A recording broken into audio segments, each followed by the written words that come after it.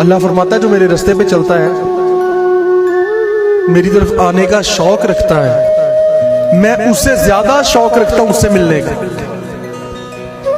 कोई कितना शौक रखता है मुझसे मिलने का, जितना भी रखे, मुझे ज्यादा शौक है उस बंदे से मिलने का जो मुझसे मिलने का शौक रखता है।